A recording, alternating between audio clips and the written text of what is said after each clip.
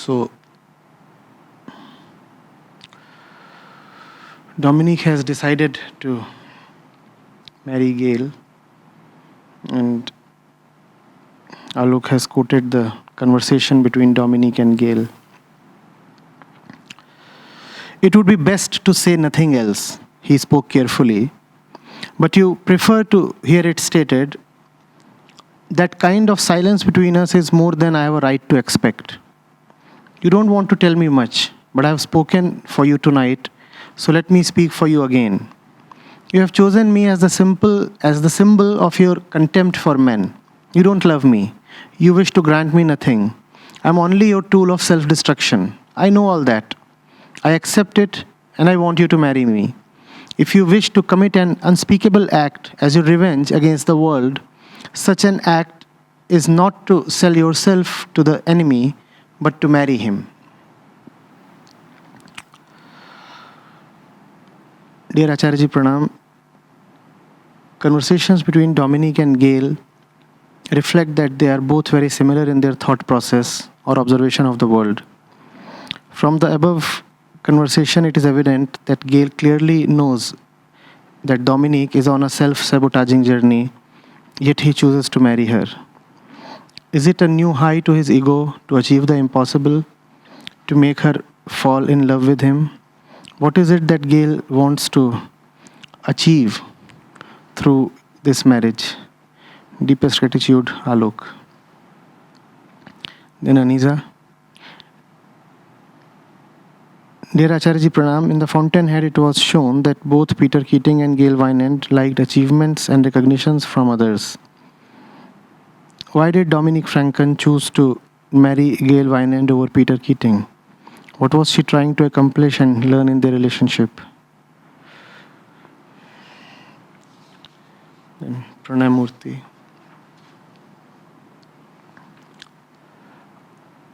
Gail Wynand has no belief in greatness. He has never encountered someone like Rourke. He has been persistent in his own way of finding it in others. Whereas Dominique knows Rourke and recognizes greatness, but is still affected by the world. How will time and more suffering prepare her to finally meet Rourke?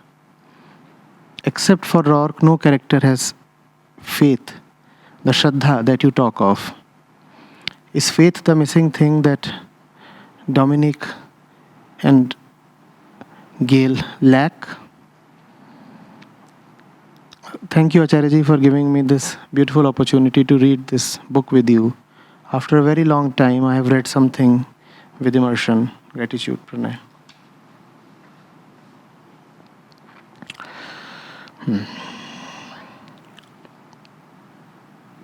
So, why does Gail marry Dominique? Gail marries Dominique because it was no point breaking her.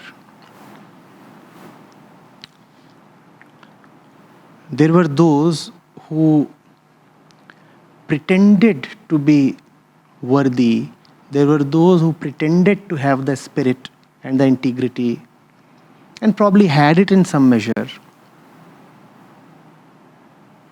but could not live up to their own convictions. Gail would break them down. Somebody would become a dipsomaniac, somebody would commit suicide, somebody would just sell himself off.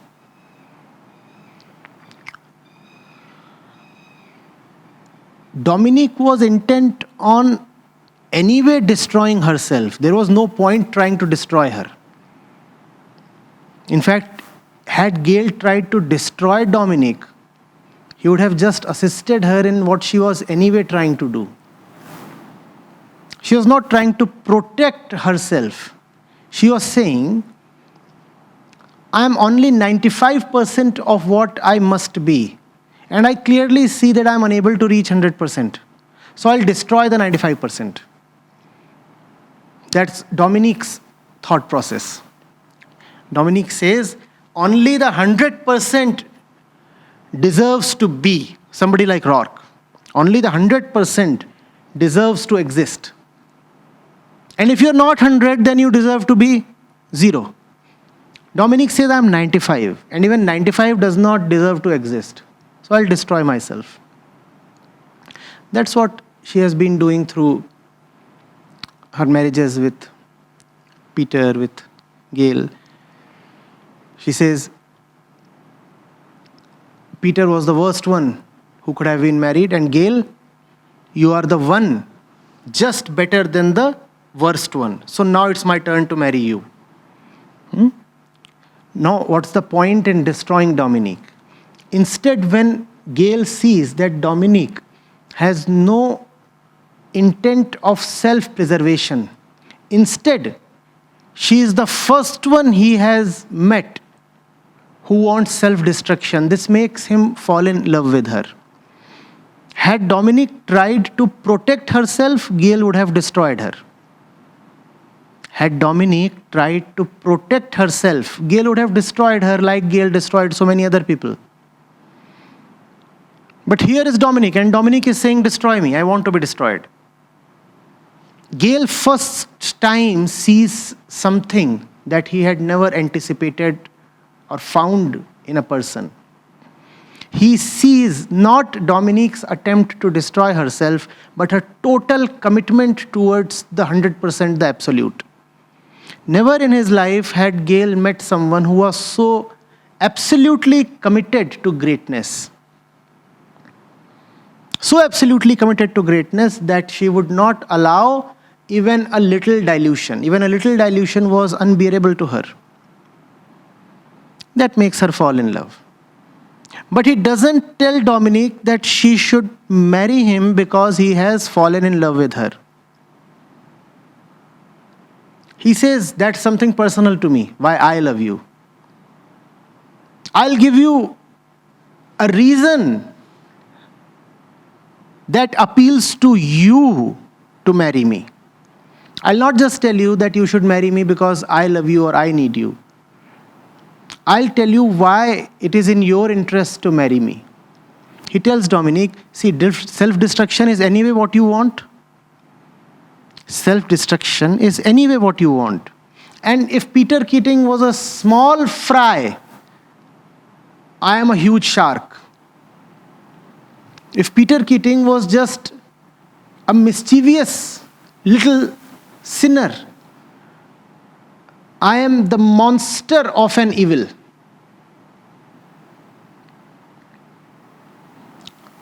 So come, if you want to punish yourself for not being 100%, then why remain with Peter? Punish yourself wholeheartedly by being with me. My evil is monstrous. Evil is... And that is very evident in the meeting between Wynand and Keating. You clearly come to see the difference between the man and the boy. Wynand totally dominates Peter. And that proves to both of them, Dominique and Gail, that they belong together. Keating is out of the picture now. Are you getting it? Now that is the reason why Gail wants to keep Dominique totally away from Banner. Because he hasn't married Dominique to defile her or disparage her. Dominique has married Gail to defile him and spit at him. At least that was the initial intention. But Gail has married Dominique because Gail truly loves her. And he therefore didn't even want to have any kind of wedding ceremony. He said, we'll just get it registered at the court. But Dominique wants to punish Gail. That's the reason why she has married him in the first place. So Dominique says, no, nothing doing. Just as you have created an ugly monster in the shape of your media enterprises, similarly, the same ugliness must show up in our wedding. So I want the most ostentatious wedding, Gail. I want a totally filmy wedding. It has to be so ugly, so ostentatious, that you feel like throwing up. Gail says, fine. I will not protest. Because I have known fully well why you will marry me. You will marry me to punish me. I'll marry you because I love you. So when you punish me, I'm not going to resist or protest. And Dominique punishes him in all ways possible. Gail wants her to not to go out or step out ever out of his penthouse. Gail says, I want to protect you from the world. The world is ugly. Especially my world, Dominique, is very ugly because I have deliberately created an ugly world. I don't want you to be a part of this world. I want to protect you. Please don't be touched by this world. Dominique says, no, let's go. And together we'll watch a play. And she chooses the ugliest play to watch. What's the name? No Skin Off Your Ass or something. No Skin Off Your Nose. Then they change the name. They say, middle class prudery is not allowing us to keep an authentic and grounded name. So in deference to middle class values, we are changing ass to nose. And she makes Gail Wynand sit through the play. And she tells him, it is people like you, Gail, who made this play possible. So you watch this play, that's your punishment. Watch this play. But by the time they reach intermission, Dominique herself has had enough. She brought Gail to punish him, but at interval she says, Gail, have you had enough? May we go? Gail says, no. We'll sit through the entire thing. We'll watch the entire play, and the play is a supremely obnoxious one. That's the nature of their relationship. Do you see this? Gail knows that he has committed an unspeakable crime. So every time she punishes him, he takes the punishment with dignity. And he also says, I'm not going to explain myself to you. Neither am I going, nor am I going to change the banner. The banner will remain what it is. If you want to punish me for the banner, you can keep punishing me. I'll accept all the punishments that you give me. But I stand by my philosophy. This world deserves the banner. This world does not deserve anything else. When Dominique tells him, you see, Gail, you made this stupid play possible. Gail says, no. I prevented something even more despicable from happening. He says, think, what if a great play were performed on that stage in front of all these louts? I couldn't have allowed that. This audience that has gathered here to watch the play deserves only that kind of a play. So I'm glad that I'm giving them what they deserve. It would have broken my heart truly had a great play been performed in front of such an unworthy audience. Therefore, I do not allow any great play to be written. Therefore, I do not allow any greatness to exist. Wherever I find greatness, I destroy it. Why? Because this world deserves no greatness. I will not allow any beautiful building to be raised in the city. Why? Because why would you want to raise a great building and dedicate it to all these little devils? What do these little devils deserve? They deserve ugliness. Therefore, the banner exists to promote ugliness. That's Gail's logic. Now, do you get the relationship between the two of them? However, as time passes, Dominique comes to see that not only are the two of them similar in most regards, Dominique and Gail, she also comes to see that Gail is very similar to Rourke in many regards. In fact, on one occasion, very dramatically, Rand has shown that Gail is speaking the same lines as Rourke had once spoken.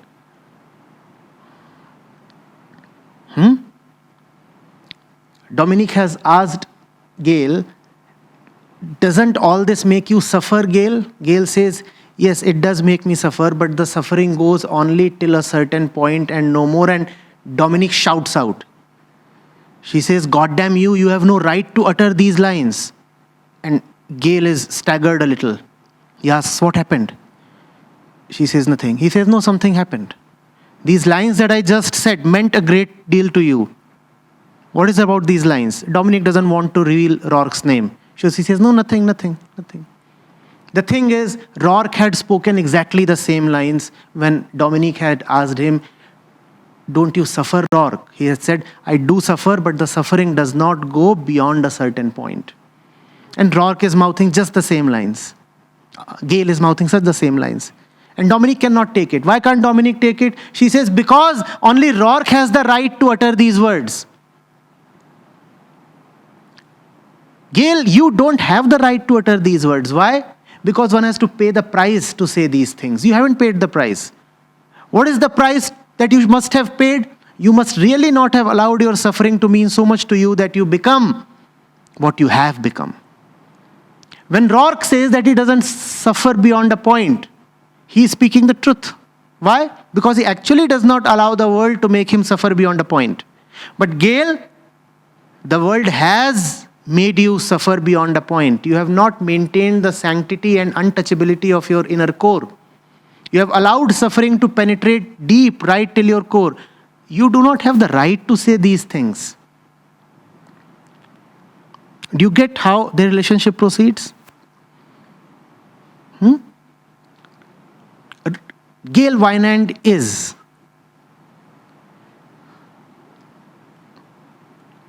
a Rourke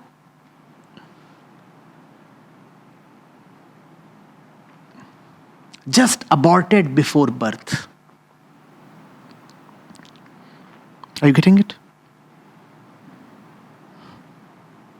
Gail Wynand is a bud that couldn't blossom into its Rourkeness. He was very close to being a Rourke and just missed out. And therefore he suffers as neither Keating nor Toohey do. Keating and Toohey suffer, but their suffering is not very deep. Gail Wynand's suffering is absolutely deep. And the tragedy that befalls him towards the end of the novel is actually heart-rending. If there is one truly tragic character in the whole text, it is Gail Wynand.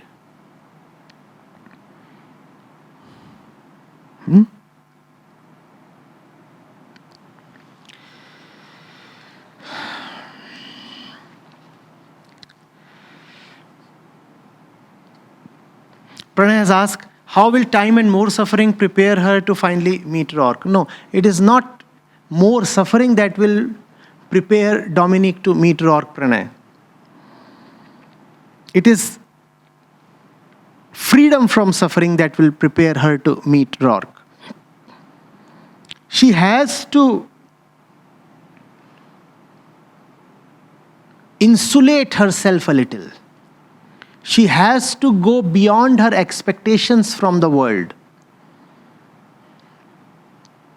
She has to stop belonging so much to the world. You cannot belong at once to both Rourke and the world. If you want to belong to Rourke, then you have to totally rid yourself of the world. Dominique still allows the world to have a claim over her. That's her weakness, and that's what keeps her separated from Rourke for long. A point comes in her life, and she has been maturing gradually, when she ultimately becomes capable of living with Rourke, and then with great aplomb, she moves in and starts living with Rourke. But that happens only towards the last pages. She has to undergo an entire painful journey